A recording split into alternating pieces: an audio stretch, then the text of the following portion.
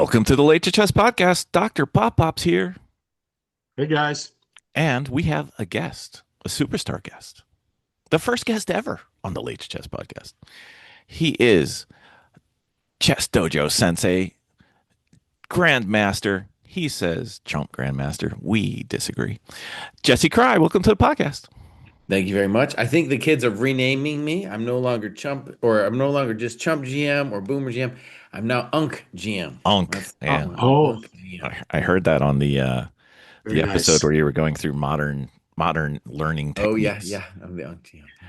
That was a good one. You know what we need to do? We need to have a cross reference where they're mixed together with the first episode where you went over the techniques, so I know exactly where to prioritize myself. Okay. You know, I'm always a picky little guy, but anyway, that's okay. So Jesse, just in case some of our listeners, you know, we are the lowest rated podcast hosts on the internet. Yep, Just in case indeed. some of our listeners are just getting into the game, they may not know you and your history. So could you just briefly go over it a little bit? Sure. I came from a state with not a lot of chess. Grew up in Santa Fe, New Mexico.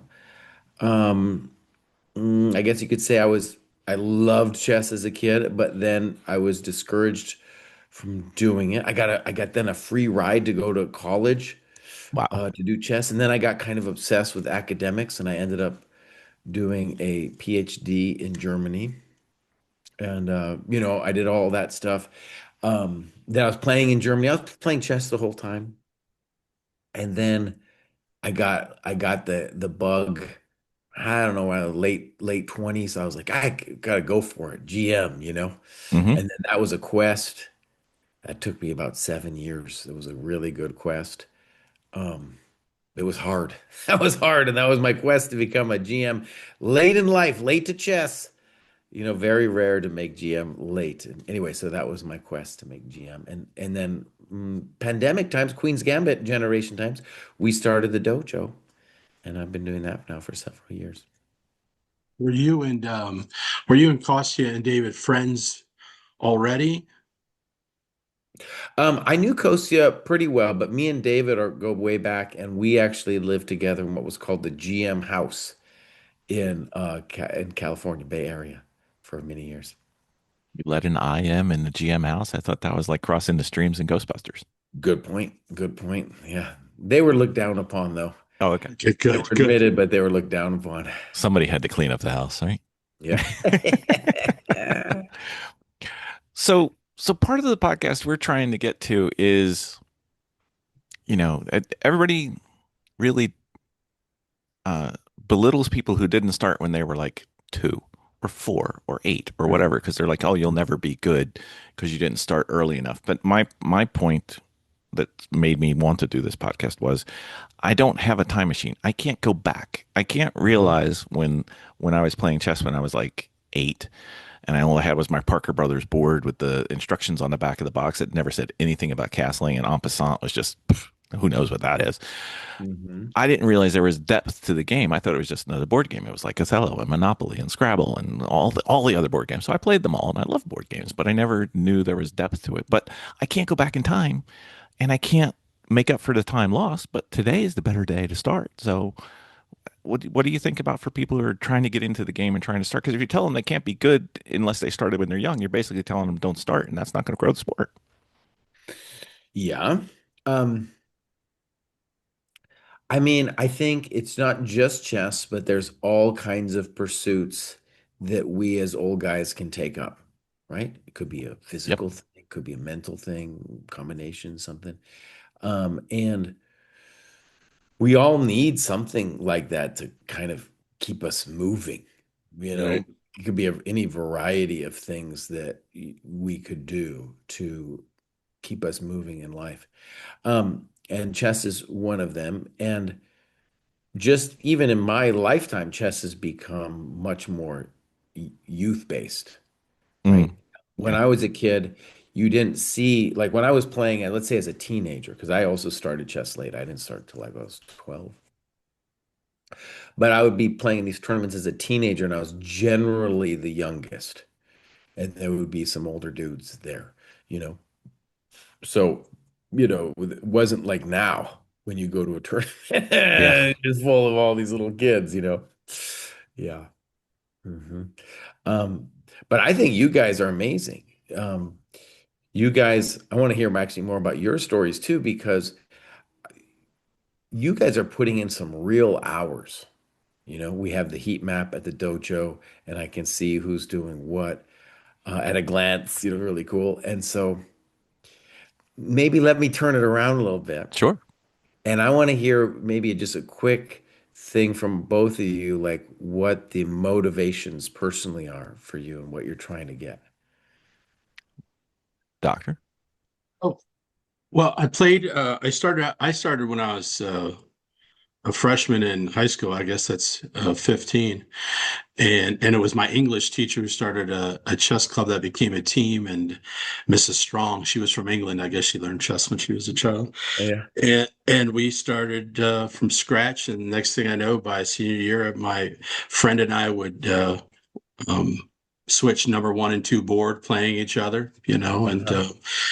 and it was great. And then I didn't go to college right away as I worked. And so when that was over, I thought, okay, that's it. I really loved it, but it was nobody to play with, anymore. Now that I was out of high school and I wasn't in.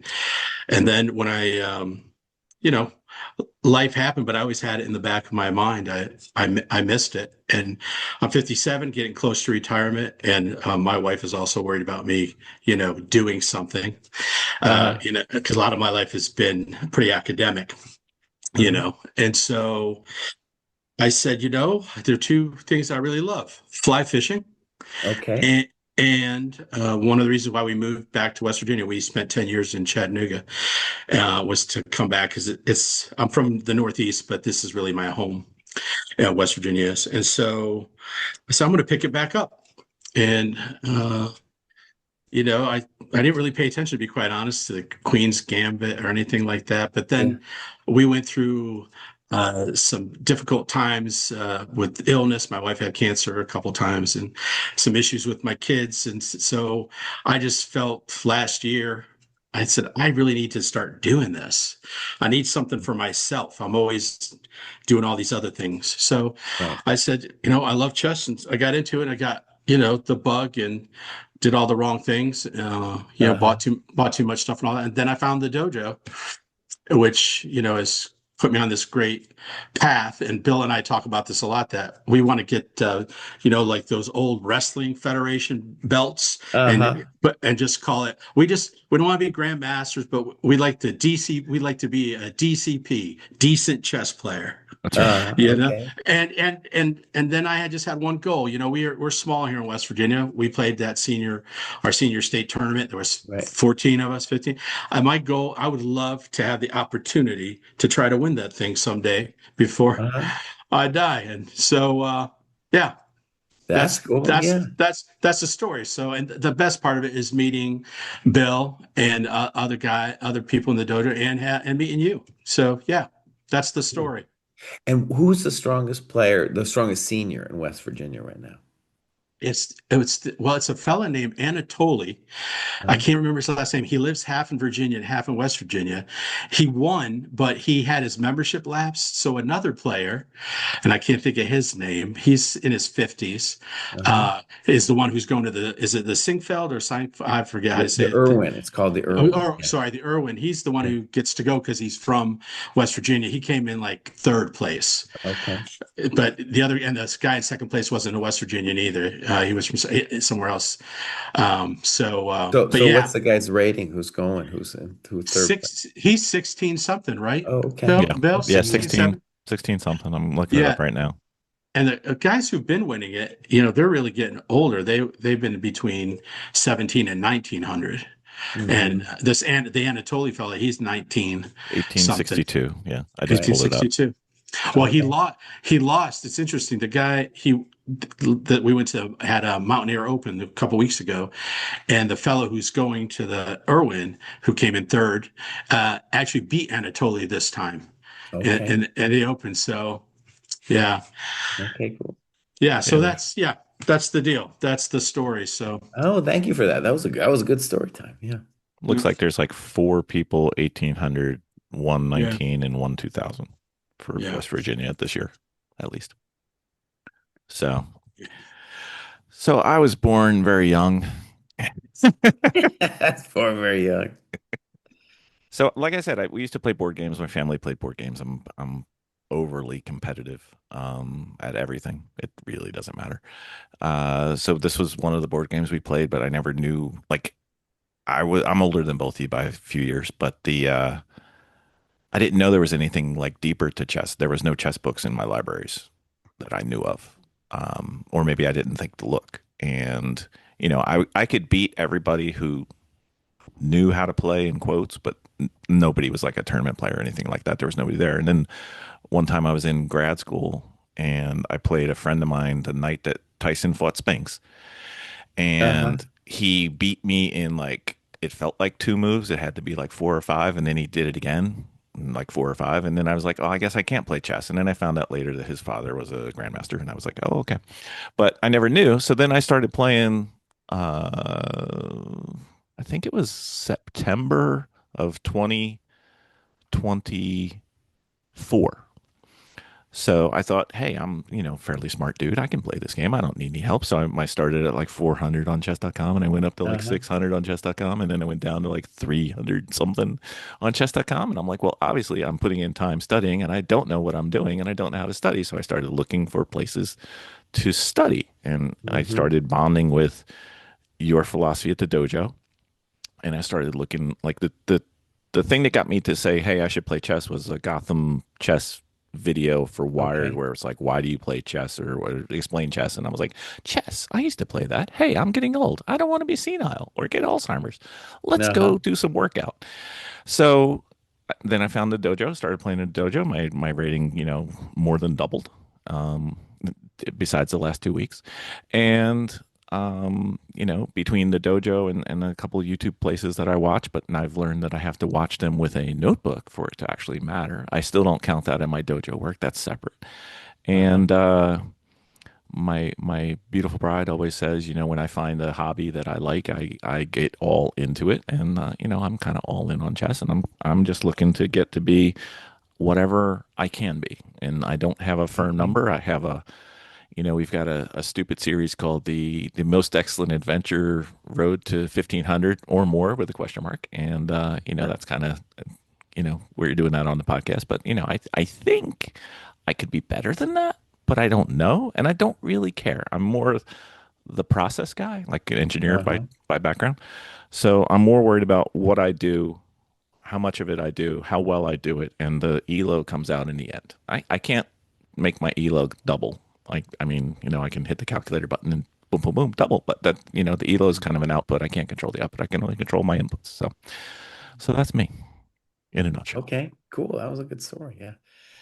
So many students we meet and they're really fun and interesting. I learn a little bit about them, but usually I don't get a full story. Yeah, That yeah. was nice. No, it's fun. We have a good time, and the dojo's helped both of us. I think more than I thought it could. Uh-huh. Yeah. So I think I'm improving again, not the past 2 weeks.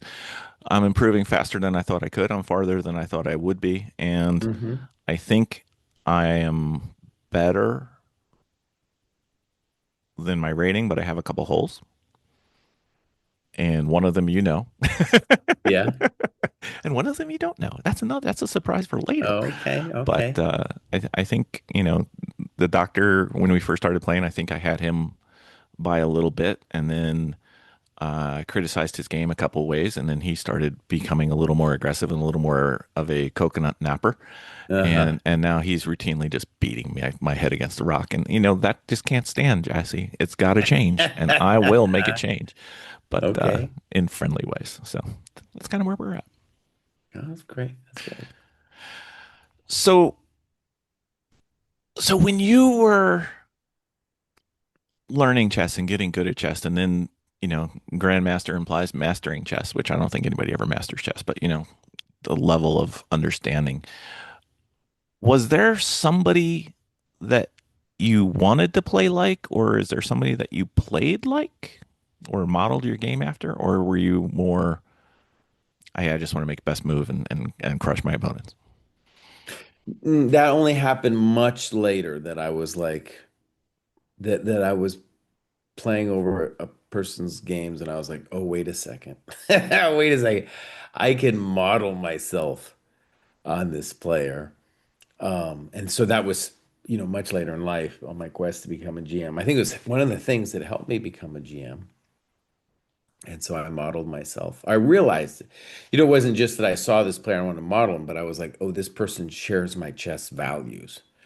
And that was Vasily Smyslov, the, ancient champion from the 50s. Um, yeah. So, yeah, if I modeled myself off anyone, it was that. I think it takes some time, though, before people have played enough chess to actually know what their values are, Hmm. if that makes sense, right? Style and stuff. Yeah. Can Style. you talk? Can you talk about that? About what are chess values? Because I've never heard that. You said it before, and uh, I've never heard that term. Yeah. So for where you guys are right now, right? It's the mastering three things that I always say again and again and again with not losing stuff, using your time on the clock, and then learning about development, right? Hmm. Um, I would say beginning then around 1000, it's not a clear line, but around there, people the games stop being completely decided by somebody hanging something. That's Right. not necessarily the spot where the game was decided. And so positional elements start playing more of a role. And when people talk about chess values, it's really um, h- what their values are and how they form positional judgments. What's their nose? What's their nose? What's guiding them in a game? What are their predilections? Hmm. Some people are more aggressive. Some people like paradoxical positions. Some people like simple positions. That kind of feel. Some people like bishops more than knights. You have all kinds of values that you're not even thinking about necessarily consciously, but they're there. Right. Right. Yeah. So, so if you were to, we got a couple listener questions. Who knew? Oh, okay. But if you were to look at chess and knowing your academic background, one of the questions we have is do you have a chess philosophy? And in your opinion, at least, how much of chess is learned and how much is natural skill? Hmm. Okay. Two totally different questions. I know. Um, I think chess and philosophy is a hard thing to talk about. I feel like I'm alone when it comes to that. Like other strong players, like we had a podcast on it, and David and Kosti were kind of like, I don't know what he's even talking about. I They're was like, well, boys, I'm sure you had yeah, thought about this a little bit. And they're like, oh, no, Nope. really, I just they're kind of lost out here. they're Uh, kids, Jesse. They're kids. They'll, they're They're they'll kids, kids. man. they'll realize it later. Um, I don't know if I have, there's a lot of things to say about it, but if I wanted to, if you're trying to pin me down and say, what is my chess philosophy? I would say something like, I like the idea of conceiving of chess as a three-dimensional game with material being one dimension, time, tempo being another dimension, and quality of position being a third. Hmm. So stuff like structure or king safety, that kind of thing. Yeah. Okay. Yeah. Connectivity. Yeah. What, can you what about creativity in chess? Like Uh, I was watching the Tata Steel tournament, and they were talking about Ivanchik, and I like him. I just like yeah. watching him play. And one, I forget who it was, said, he's just been known since way back when he came into the scene for his creativity. Uh-huh. And what is that? What does that mean to you? For you, or just in general, creativity in chess? I think it means a couple things. One, it definitely means the ability to find interesting plans and positions, right? A lot of times we just look at it and we don't see anything. But when you look at creative players, I'm going over this book now by Geller, famous player from the olden times, and I'm looking at some of his moves like, oh, that's creative. I don't even know if that was a good move, but that was a creative move. Good and creative, not necessarily the same thing. Yeah. Right. Right. Um, and then also there you kind of really need the ability to visualize deeply into the position. The more you can do that, the more creative you can be with finding a lot of tactical, interesting ideas. And Ivanchuk's a great example of that. I think, well, you guys also asked, maybe this was a question from a listener, but about whether it's learned or not. And Ivanchuk's an interesting example because I would say, he grew up my generation, so we didn't have a lot of psychological words, but I would say he's got a powerful mix of a little bit of autism and a little bit of ADHD. And when you hear him talk, it's just it's like, oh, buddy, you're off in your own little world. Yeah. Um, and I think ultimately those conditions led to him actually were an impediment to his competitive, like one of the reasons he didn't make it. I think he was the most talented player to challenge Kasparov, but he was always in time pressure, all this stuff, Yeah. And Yeah. he still is. And he still is. It still is, yeah. I can lend them some of my time if that would help him. I mean, I don't use it. Yeah, he needs airtime, but I got none to spare. I got none to spare. Oh man. So we'll transition into the listener question, the one that was most direct, and I think applies to maybe some of the people listening.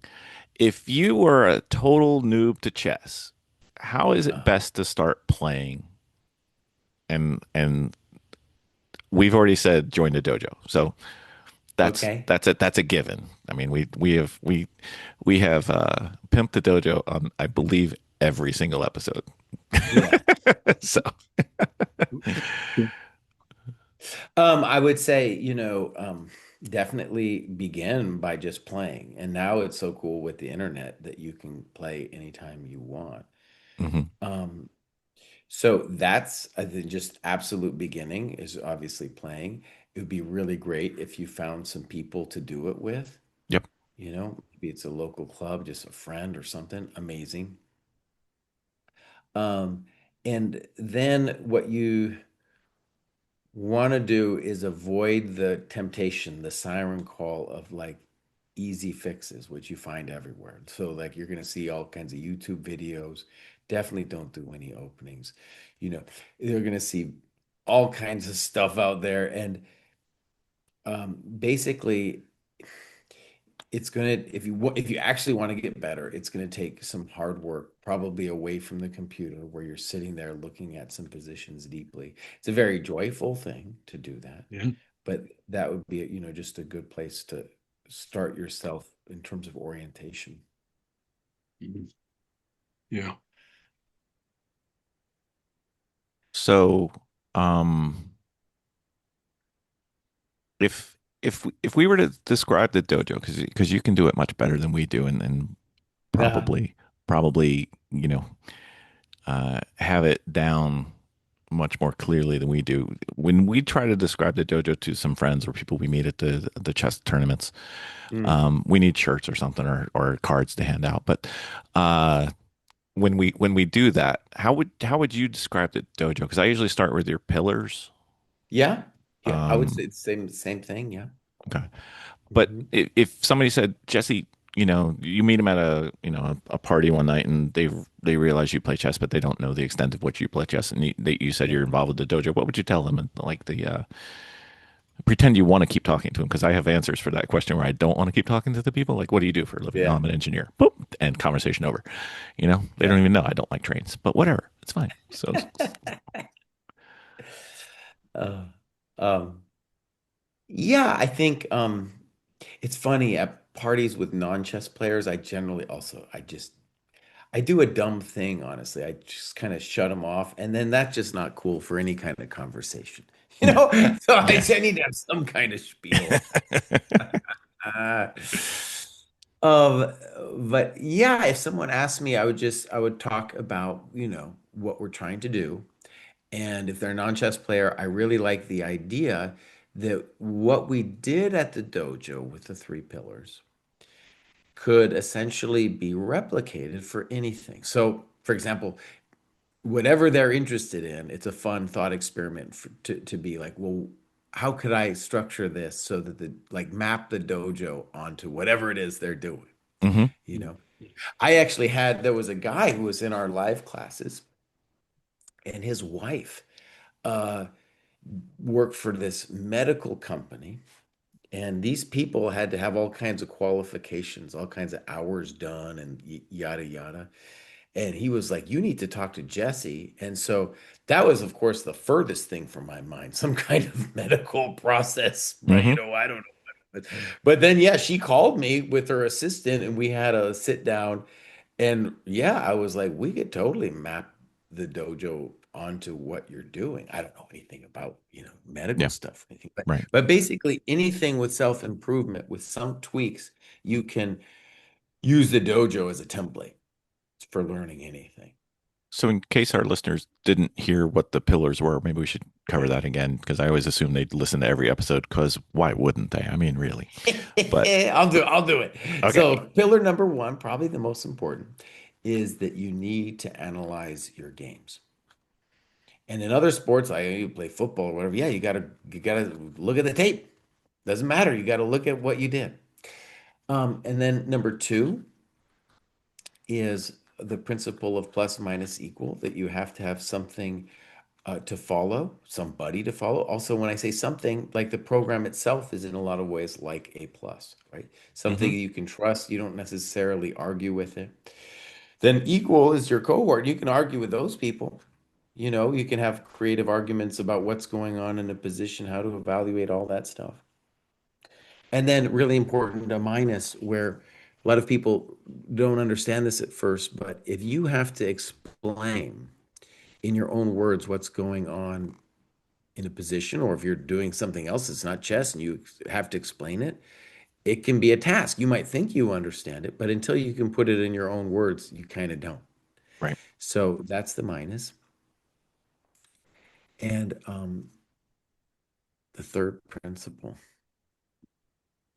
is you have to have a structure to follow and a program. And so it's a really bad thing if you're just picking and choosing what to do or doing what you like.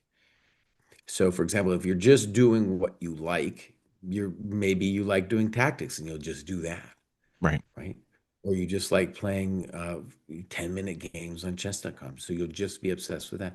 Kind of like when people do exercise on their own, they always gravitate to doing something and then they just repeat it until they're idiots, you know? So that's the kind of what the program is about, the third principle. Yeah, we had one guy at the gym when I was in college, and he did every exercise. He did more left-handed than right-handed. Like he would do bicep Uh, curls. And one day I couldn't stop. It was like, it was obvious he was doing this. And I'm like, why are you doing this? He's like, well, when I go to Seaside Heights is one of the beaches down here. When I go to the beach and I'm yeah. driving and I hang my arm out the car, that's how I get the chicks. And I'm like, if you say so, sir. Oh, I that's a pretty good story. I like that. don't know. I'm thinking there was a flaw there. A couple of things I wonder if you'd share, Jesse, is one, Yeah. talk to us about, I know you're into health and lifting and I've, Yeah. this past year I've lost 80 pounds and, Wow. Good. been increasing exercise and I just wanted you to talk about the relationship between health, how you see health and chess and how that improves, even if you want to talk about the creatine, because I know you've Hmm. been to that too. I think that'd be helpful for older adult improvers. Yeah. Okay. So it's I think it's especially an important topic to talk about as older people.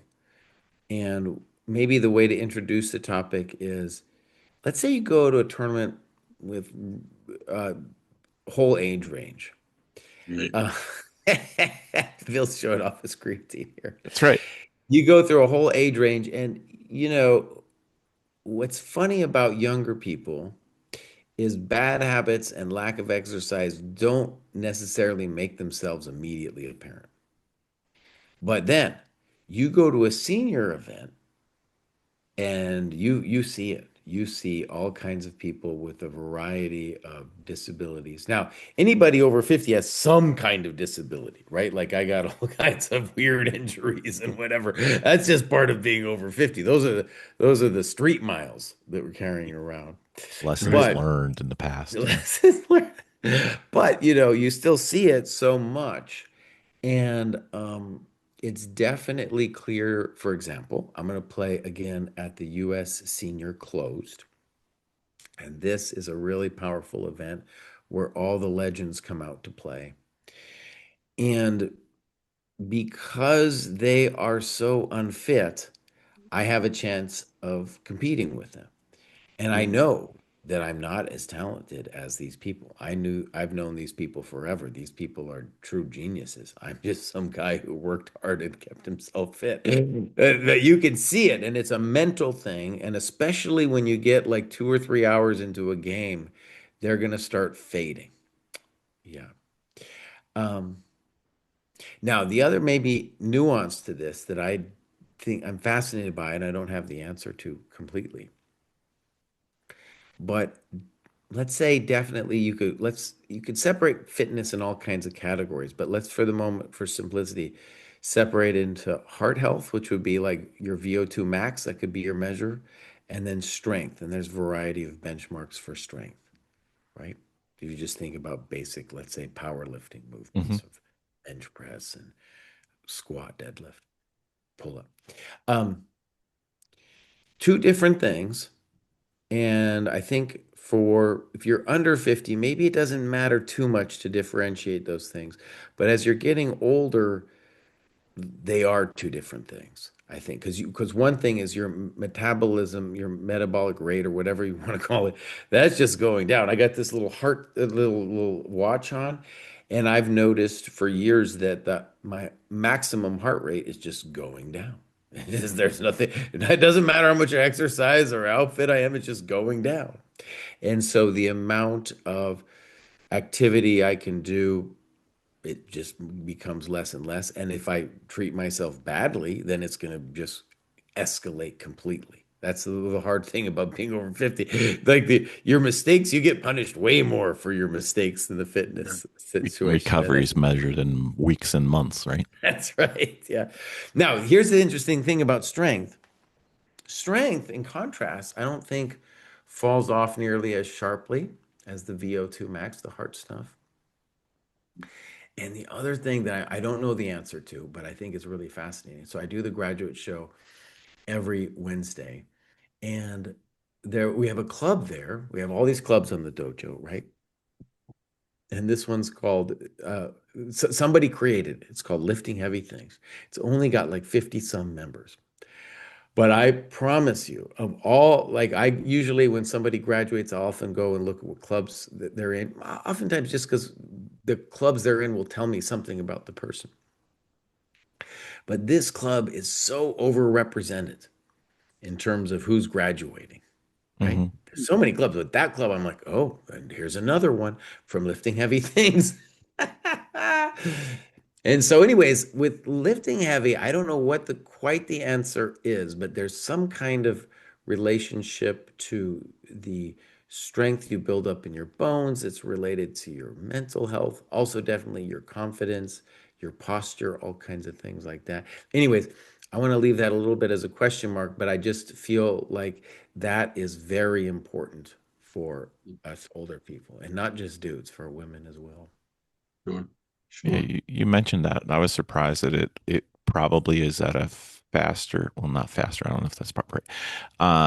It's at a higher rate than even the heat map heroes. Because I would have thought, Oh yeah, give heat me a map heroes. choice. You think I those would have been guys like would be heat on map point, heroes. right? That's Right. got to be, the number one. And when you mentioned that it wasn't, I was surprised. So time for me to go back to the gym. Way past time for me to go back to the gym, but that's okay. And can I get one more in? Yeah. It's your podcast, dude. I'm just the color commentator. The other thing is this is kind of this is about this is a rating question and about how we understand ratings. So when I grew up, and learned about chess, there was no online stuff, right? So there was no online rating. There was no online. There was no online, right? I know. Yeah, I didn't even have a computer. So, anyways, um, so we played this tournament, Bill and I, the Mountaineer Open, and um, there's a lot of people that were unrated. And so, I'm playing my first game matches against this fellow who's unrated. And I've only played one tournament. I'm 718. So that's my USCF rating. And so I go and play, we sit down, and I said, we started this conversation before we played, talks about being unrated. But I said, so you're new to chess? Because that's what's in my mind, right? Unrated. And he says, no, I've been playing, I've been playing online, and my chess.com rating is 1650. Okay. Yeah. And right there, I could feel it in my body going, okay, 1650 chess.com. I'm 955 chess.com, is 718 USCF. And here's the killer thing. This is why I'm telling this story, because I made it a big deal in my head. And maybe you'll see this when you see the game. And Bill and I went over the game. I had three chances to beat him. That I missed at three different critical points in the game. I missed it, and I there's something about the unfairness of how you have all these different rates. Why can't we have them all match up, right? Mm-hmm. Or closer to, so if you're 1650 and it's more like, no, I'm 1200, instead of this, all these different numbers. And I just wonder what you thought about that, really.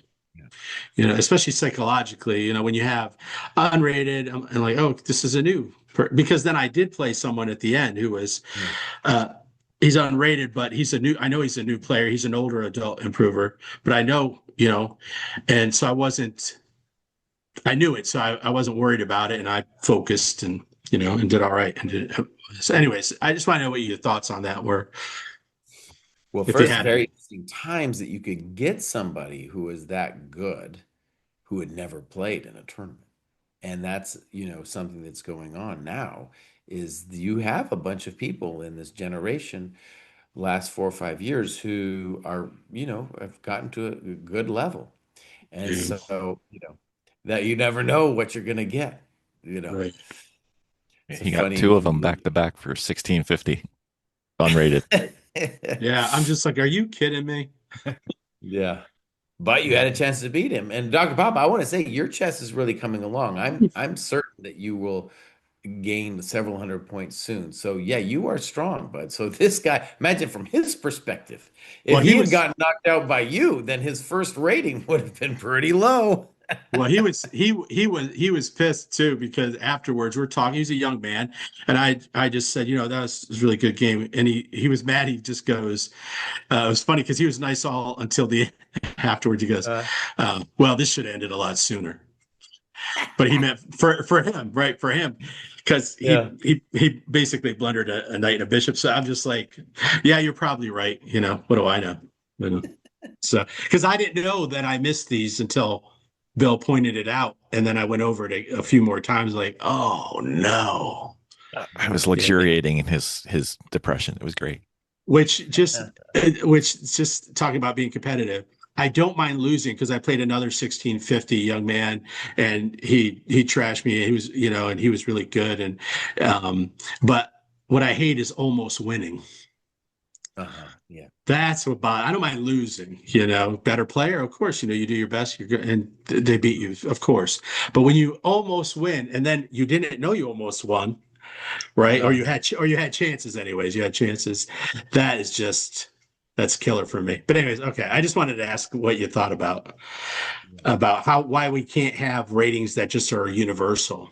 Well, so let's say that First, there's a big difference with OTB and online. And one of the big issues is with online, you're not able to concentrate in the same way that you are when you're not around the computer. So Yeah. already that's a big difference. And a lot of times these players who got up to 1600 come to an OTB and then they don't do as well, get wiped out by some dude, some old guy Yeah. rated 700, you know, and they're like, what happened? And they complain in their head. A lot of times they'll say things like, oh, it was the three-dimensionalness that screwed me up. And while maybe that's kind of true, it's just that they're not used to thinking for that long and their brains aren't, don't have that muscle yet. So, anyways, it has to be in some way a different kind of rating system. But it's certainly becoming more and more true that since so many more players have an online rating than a OTB rating, that's becoming more and more like a currency. So, for example, if you meet somebody on the street and they say, I'm 1600, what's the default guess as to what that rating means? Probably like a chess.com rating, Probably. Yeah. right? Not a Which I guess I wish it like in the turn, I wish that would be like, okay, you like when you see the game where I put like next to our names, I put unrated USCF, but then I put 1650.com, and I guess I wish that was, I don't know, maybe I don't wish, but it would have been nice if it was It, up there, says, unrated USCF, but is 1650.com on chess.com. I mean, I don't know, maybe not, but yeah. yeah. well, it affects how your rating is going to get calculated too. Because if you were to beat him, you wouldn't get very much for it, I don't think, because he's Right. technically unrated. Meanwhile, you're playing somebody who's 700 rating points above you in equal playing field. So Mm. that would have been a big win with no points. Yeah. Which is okay.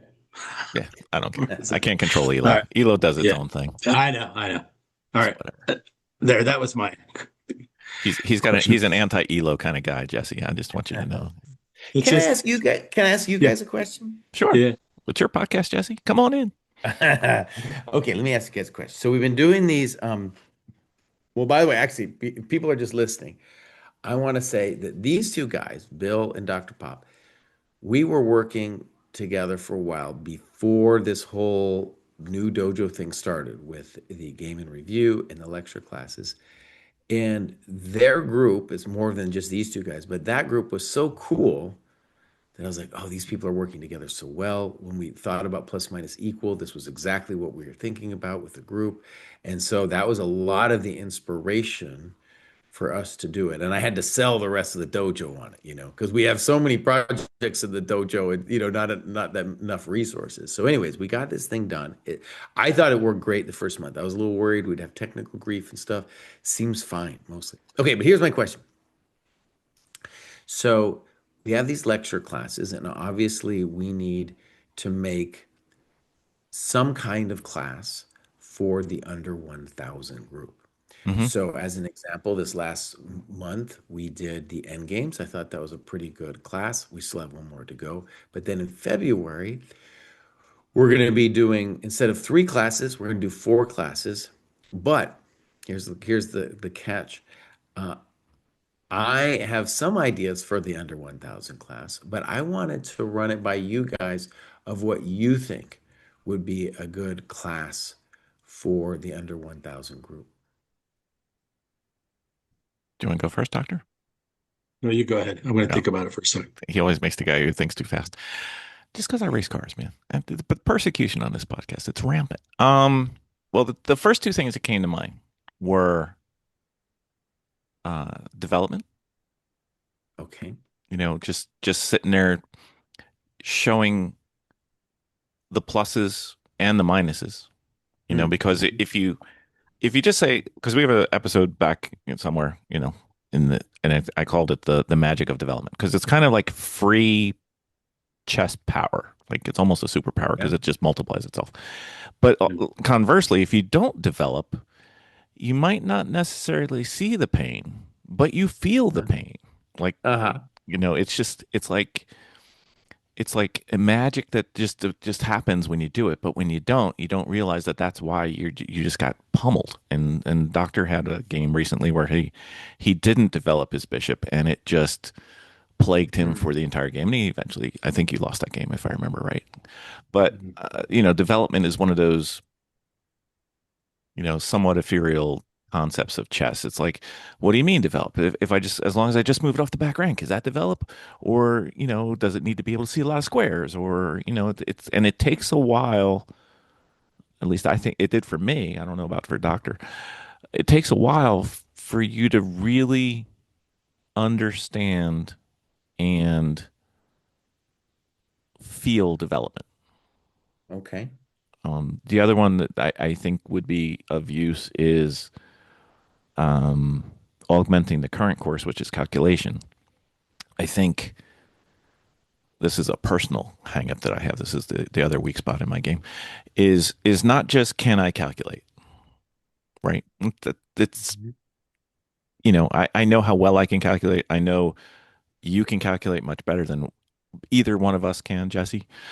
Just you can. And we're working on it. We're a work in progress. But when to calculate? What is calculation? Like not how, but what? Because Mhm. I get Mhm. stuck and I did the calculation last week. I've lost a fifth of my games due to not seeing, comprehending, or even in some cases looking at somebody who had a mate in one or a mate in two. And I didn't see it and I played it and boop, game over. And I was winning almost all of those games. So the difference between losing a quarter of your games for a stupid, idiotic, why are you playing with intuition and not calculating? I'm not getting myself revved up. I'm relaxing. I'm going back to my Zen mode. But it's frustrating.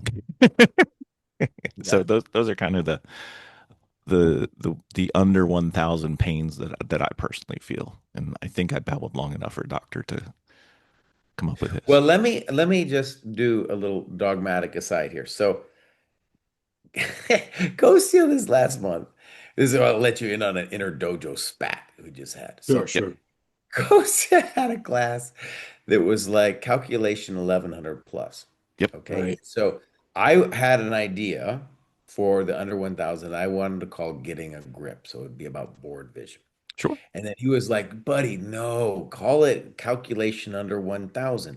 And I was like, no, Kostya, I don't think that the problem under 1000 is calculation. I think it's you're hanging something. Mm. So when I think of maybe I'm just being dogmatic here, but when I think of a calculation, like we're going several moves deep.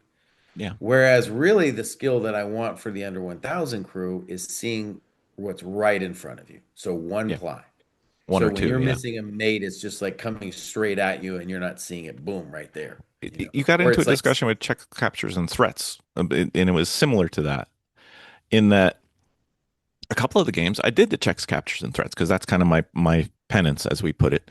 I have 50 games where I have to do checks, captures, and threats two times, which means my side and their side. Every game for 50 games, no questions asked. If I time out, I don't care. I'm doing this penance for 50 games. But the first game I institute this against the doctor, I did checks, captures, and threats. I perfectly did it. I had it, and I'm like, this doesn't work. Why are you doing this, doctor? This won't work. This can't work. This can't work. And you can tell by his smug grin that it worked. It doesn't work. I'm like, you're wrong. Your calculation's wrong. And my calculation was absolutely 100% perfect, except I didn't look at the other check that he had. I only looked at one of them because I figured I solved it. I'm good. Then he had uh-huh, a check with another piece in order, yeah. and I was dead. And he's so happy with himself. So happy. So Well, as I, far as that would be kind of a combination of calculation and grip, I guess, in my mind. Okay. I would say that's I like the idea. I think board vision is a better title because that is exactly because like Bill said, and we watch each other's games and as I'm watching this one game against this dude, he makes this mistake and I go, okay, Bill's got him right, and he Bill's even taking time, but he missed it. He missed it. He missed this. All he needed to do is move his queen. I go, move the queen in my, out loud while I'm watching, online. And I think that's, I think you're right. That's not calculated. It's board vision. That's like taking your eye out for a second. You went and looked around, but you didn't look all the way around, right? And Mhm. so uh, It could be. I think board vision is a great class for under 1,000. And I also think that if you could somehow connect what Bill was saying with development, it'd be great to put together development, time usage, thinking, and the whole idea about tempo or tempi, right? Uh-huh. Like I feel like sometimes we talk about them and it's separately, but I don't think that when we've talked about it, we've actually connected them. Like they're like, they really should be somehow interconnected because they are. Because development, tempi, and time usage are, right? And maybe even board vision for all I know. But Yes. I think at least those three, it'd be great to say, well, yeah, okay, this is development. There's your clock, right? Whatever. And this is tempi, what you gain and lose by these moves. Well, obviously they go together, I think. Yeah.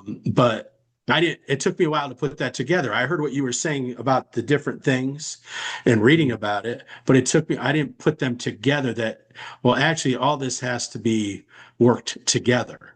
You're not just Mm. developing and you're not just time, and then tempi, right? No, those all go together. That's how and that's really how I started to improve is putting all this stuff together. Right, So, right. anyways, those are my thoughts. Okay. Could just be a chess 101, Jesse, and then you can kind of blend it. Yeah, maybe. Yeah, okay. Maybe. Well, here's the thing. So once you pass 1,000, right, then there's a lot more topics to actually cover because there's just so much strategical Hmm. concepts then you need to start working on. Sure. And that's just endless. But I think for the under 1,000, I definitely want Yeah. to, it would be nice anyway to have certain topics. We're like, okay, this is exactly what we're going to do. If I say chess 101, that's great. Yeah, yeah, But I'm not saying what exactly we're doing, yeah. you know, I which mean, I think. I think you're addressing the big lack that I Yeah. see in the marketplace in that maybe it's 1,000, maybe it's 1,200, maybe it's 1,500. It's somewhere in there. Everybody Mm, below that, like if you look at the ridiculous amount of books that I've bought, yeah. ridiculous amount of books that I bought before I did the JoJo. And by ridiculous, I mean all caps, all big Yeah. cross. Right, right. Almost all of them aren't at a level that I can get anything out of. Do you know how Right. many Agard Yeah. books I have? Oh no. Oh Do no. you know how many years it'll be, decades even, before I can even like crack one of those? But I got them. I am in You because have I more listen. than one. I have You have like more than one of seven. those things. Seven. Yeah. Oh no. Look at I my listen to books. I Look at my listen books. I listen to Look at my Ben books, Johnson Jesse. podcast.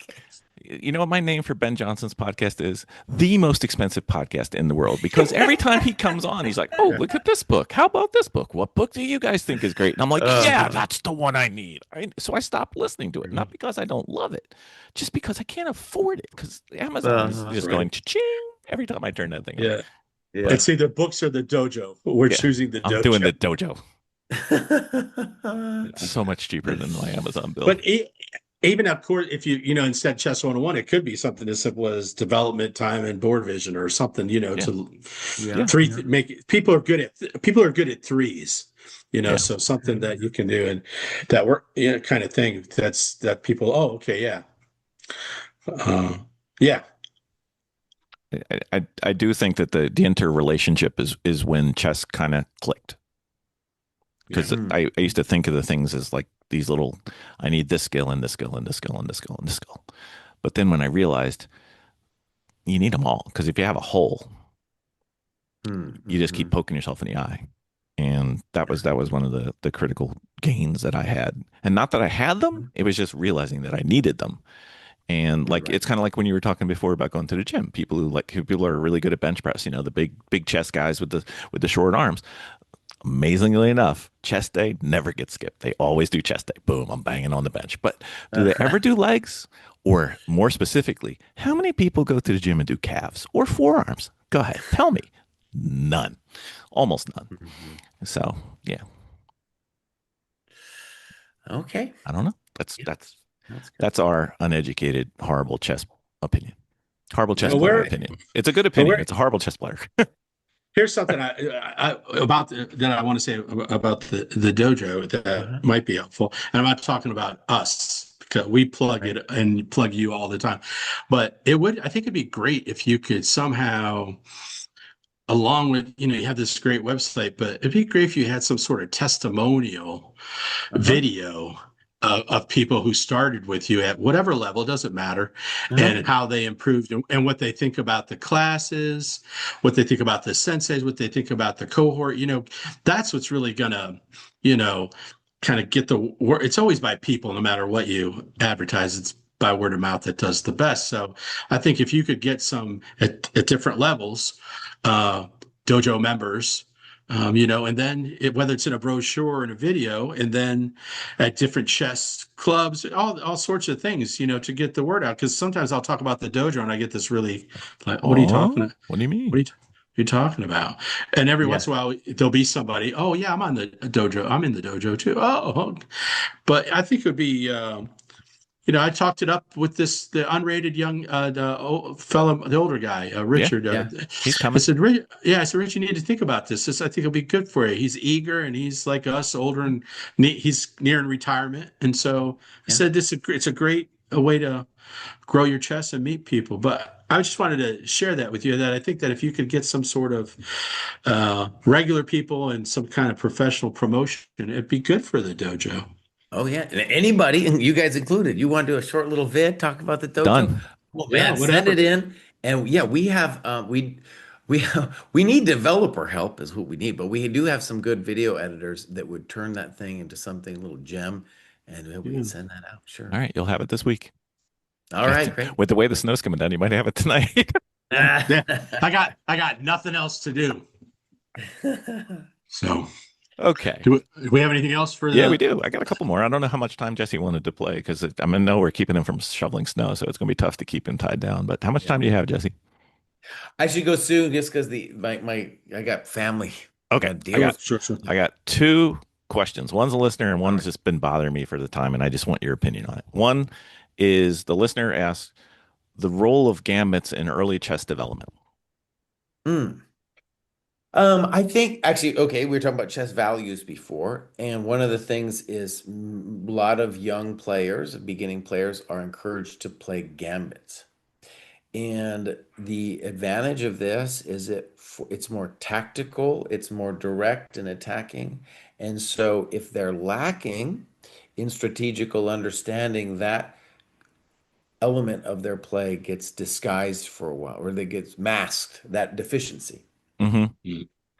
Now, I think this is definitely only helpful for people over 1200. Like you shouldn't be learning openings anyway until you're over 1200. But it is a good way into chess to start with gambits, I think, but it's not the only Mm. way. Okay. Yeah. Nice. All right. So Mm. here's my I'm into movies, I'm into comic books, so I'm going to do my inner world where, anyway, so if all the players were at the peak of their powers today, Yeah. but they grew up now, Okay. so like if you say Casablanca's peak was at 32, so he was born 32 years ago, so he gets all the benefits of modern training and all the resources and the computers and stockfish and Mhm. whatever. Who wins the tournament and who's on the podium with them?